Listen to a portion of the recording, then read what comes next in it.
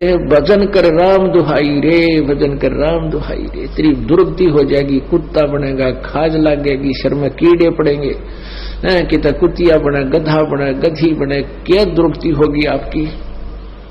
इसलिए कहते भजन कर राम दुहाई रे, भजन कर राम दुहाई रे। और जन्म अनमोली तुझे दिया नरदेही पाई रे, कितना अनमोल जन्म तुझे दे रखे, मनुष्य शरीर तुझे प्राप्त है। मनुष्य जीवन केवल परमात्मा प्राप्ति के लिए है, बाकी तो संतानोत्पत्ति, इनके अंदर ममता मोह, अपने पेट के लिए भ्रमणा भटकना, ये आम प्राणी करता है। पशु भी करते हैं, पक्षी भी करते हैं। परमात्मा ने एक न्यारी ड्रेस हमें दी है, हमें अलग से एक भिन्न चोला दिया है, शरीर दिया है, और इससे हम परमात्मा प्राप्ति कर सकते हैं। इसका केवल इसको देने का एक यही उद्देश्य था, और हम मूल उद्देश्य भूलकर आम प्राणी जैसे कर्म ही करके अपना जीवन व्यर्थ कर रहे हैं। इसलिए भगवान हमें याद दिलाता है, भजन कर राम दुआई रे, भजन कर राम दुआई रे, भजन करे राम दुहाई रे, भजन कर राम दुआई रे। जन्म अनमोली तुझे दिया नर देही पाई रे, देही को देवा लोचही सुर नर मुनि भाई रे। कितनी प्यारी बात कही परमात्मा ने।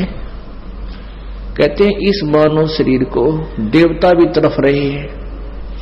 देवता लोगों को उस समय पता लगता है जब ये वहां पहुंच जाते हैं, जो यहां भक्ति जैसी कि इनको ऊपर देव पद प्राप्त होता है। 33 करोड़ देव पद हैं। जैसे अपने यहां एमपी की सीट है अपने भारतवर्ष में 500, ये फिक्स है, और इनमें आगे आदमी व्यक्ति बदलते रहते हैं। तो ऐसे ऊपर 33 करोड़ देवताओं की सीट है। उन्हीं में से ब्रह्मा विष्णु महेश और फिर उनके अंतर्गत जितने अधिकारी वो लगाए जाते हैं। वरुण है ये जल का देवता, कुबेर है ये धन का देवता, वित्त मंत्री। तो कहते 33 करोड़ देवता हैं। उनको वहां जाने के बाद पता चलता है कि तुम्हारा ये पुण्य क्षीण होगा, और पुण्य क्षीण होने के बाद तुम्हारी मृत्यु भी होगी, तुम्हें नरक भी जाना होगा। फिर उनको याद आती है कि ये ऐसी कैसी बनी, हमने तो भक्ति की थी। तो वो फिर आपस में विचार विमर्श करते हैं। वही वेदों में लिखा है कि तत्वदर्शी संत की खोज करो, तत्वदर्शी संत से पूछो परमात्मा के बारे में। हमें वो तत्वदर्शी संत नहीं मिले। तो वो क्या बात कहते हैं, भगवान हमें अब की बार जब मनुष्य शरीर मिल जाएगा, एक बार मनुष्य शरीर मिले, हम पूर्ण परमात्मा की भक्ति तत्वदर्शी संत की खोज करके करेंगे। हमारे साथ तो धोखा हो गया। जैसे कई भाई बहन मजबूरी व्यवस्था के अंदर आकर सोच लेते हैं हम खुदकशी कर ले, आत्महत्या कर लेते हैं, अपने हमें दुख दूर हो जाएगा। नहीं, आत्महत्या करने से दुख दूर नहीं हो सकता।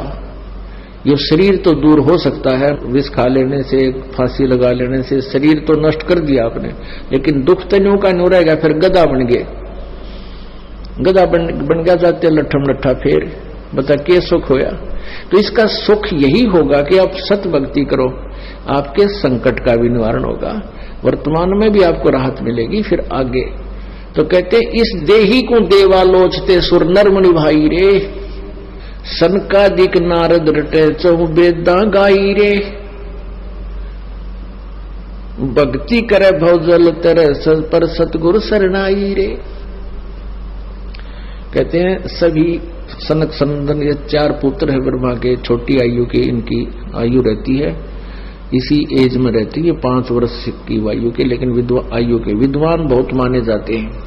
कहते हैं ये तुम्हारे सनक सनंदन भी भक्ति कर रहे हैं, और 4 वेदों में भी यही कहा गया है कि भक्ति करो, लेकिन सतगुरु शरणाई रे, यानी तत्वदर्शी संत की शरण में जाकर भक्ति करो, तब तुम्हारा मोक्ष होगा।